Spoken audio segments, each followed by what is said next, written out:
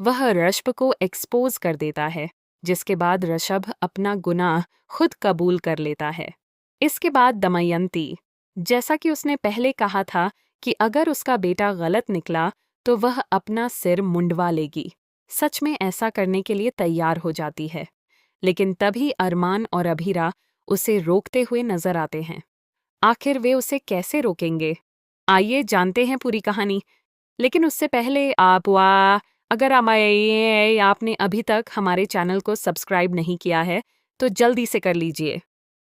आने वाले ट्विस्ट में आप देखेंगे कि अरमान एक एक करके कई बातें भूलता जा रहा होता है। तभी उसे एहसास होता है कि उसे अपनी बेटी को जल्द से जल्द इंसाफ दिलाना होगा, वरना शायद वह सब कुछ भूल जाएगा। इसके बाद वह मुक्ति के साथ मिलकर एक प्लान बनाता है और आखिरी समय में अभीरा को भी उसमें शामिल कर लेता है। वह अभीरा से कहता है, क्या तुम अर्शब को एक्सपोज करने में मेरी मदद करोगी?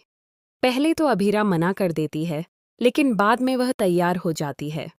उधर सभी लोग पहले से ही ऋषभी पर नजर रखे हुए होते हैं। जैसे ही वह पोद्दार हाउस से बाहर निकलने वाला होता है, तभी अरमान, अभीरा, मायरा और मुक्ति वहां पहुंच जाते हैं। चारों उससे माफी मांगने लगते हैं और कहते हैं कि उन्हें बहुत बड़ी गलतफहमी हो गई थी। वे कहते हैं, तुम तो लड़कियों से ठीक से बात तक नहीं करते, फिर किसी का स्टॉक कैसे कर सकते हो? तुम तो बहुत सीधे सादे, भोले और मासूम हो। यह सब सुनकर ऋषभ बुरी तरह भड़क जाता है और गुस्से में चिल्लाकर कहता है, हाँ, मैंने ही मायरा का स्टॉक किया था। मैं ही हूं वह स्टॉकर, समझे तुम लोग? मैं कोई भोला या बेवकूफ नहीं हूं। इतना सुनते ही अभीरा सबके सामने ऋषभ को जोरदार थप्पड़ मार देती है।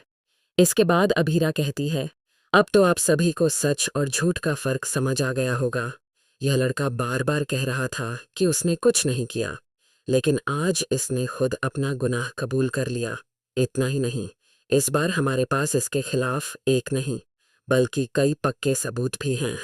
इसके बाद कहानी में एक और दिलचस्प मोड़ आता है। दमयंती कहती है, मैंने पहले ही कहा था कि अगर मेरा बेटा गलत निकला तो मैं अपना सिर मुंडवा लूंगी।